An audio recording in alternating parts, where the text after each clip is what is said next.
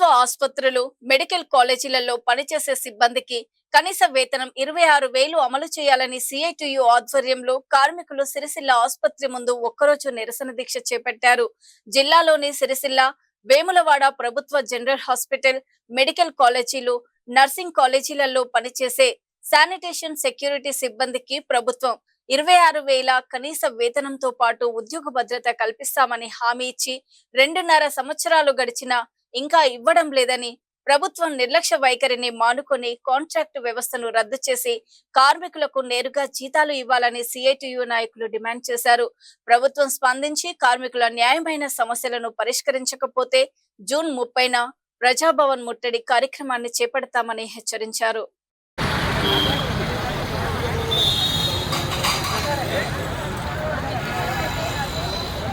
కనీస వేతనం 26,000 రూపాయలు హాస్పిటల్ కార్మికుల కనీస వేతనం 26,000 రూపాయలు.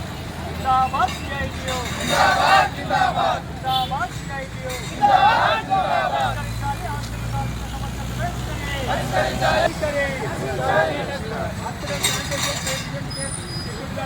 ఐక్యత పరిష్కరించాలి, కార్మికుల సమస్యలను కనీస వేతనం 26,000 రూపాయలు.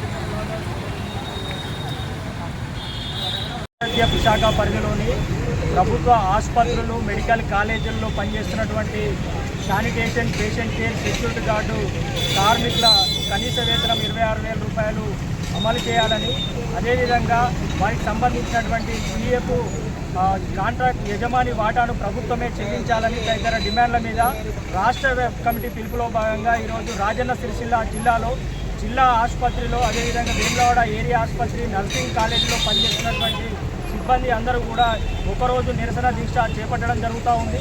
మరి ప్రధానంగా ప్రభుత్వము అధికారంలోకి వచ్చే ముందు మరి హాస్పిటల్ కార్మికులకు కనీస వేతనం 26,000 రూపాయలు అందిస్తామని, ఉద్యోగ భద్రత కల్పిస్తామని, అన్ని సమస్యలను పరిష్కరిస్తామని చెప్పి హామీలు ఇవ్వడం జరిగింది. 2.5 సంవత్సరాలు అవుతోంది అధికారంలోకి వచ్చి. ఏ ఒక్క హామీని కూడా అమలు చేయకుండా హాస్పిటల్లో పనిచేస్తున్నటువంటి కార్మికులను నిర్లక్ష్యంగా వేరుస్తున్నటువంటి పరిస్థితి ఉంది.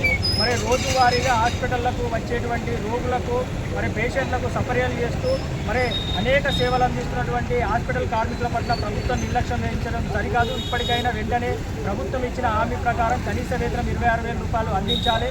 అదేవిధంగా కాంట్రాక్టు వ్యవస్థను రద్దు చేసి ప్రభుత్వమే నేరుగా వీళ్లకు జీతాలు అందించాలని చెప్పి మేము డిమాండ్ చేస్తూ ఉన్నాము. మరి రాష్ట్ర వ్యాప్త పిలుపులో భాగంగా ఈరోజు నిరసన దీక్ష చేపడుతూ ఉన్నాం. ప్రభుత్వం స్పందించి సమస్య పరిష్కరించకుంటే కనుక మరి జూన్ 30వ తేదీన చెలో హైదరాబాద్ ప్రజాభవన్ ముట్టడి కార్యక్రమం చేపడుతూ ఉన్నాం. అయినా పరిష్కారం కాకుంటే మరి జూలై నెలలో మొదటి వారంలో ఒకరోజు స్ట్రైక్ మొత్తం రాష్ట్ర వ్యాప్తంగా అన్ని హాస్పిటల్లో పనిచేస్తున్న సిబ్బంది ఒకరోజు ఆ స్ట్రైక్ చేయడం జరుగుతూ ఉంది. ఇప్పటికైనా కాబట్టి ప్రభుత్వం వెంటనే స్పందించి ఆ ఇచ్చిన హామీలు అమలు చేయాలి, సమస్యలను పరిష్కరించాలని మేము డిమాండ్ చేస్తాము. ప్రభుత్వ హాస్పిటల్లో పనిచేస్తున్నట్టు కార్మికుల సెక్యూరిటీ స్లీపర్లకు సమస్యల గురించి స్వయంగా కాంగ్రెస్ ప్రెసిడెంట్ రాహుల్ గాంధీ గారు గాంధీ హాస్పిటల్లో ఇక్కడ వివిధ సందర్భాల్లో పర్యటించి కూడా జీతాలు పెంచుతాం, లీక్ చేస్తాం, మాకు కాంట్రాక్ట్ వ్యవస్థను రద్దు చేసి మొత్తంగా ఇస్తామని చెప్పి చెప్పడం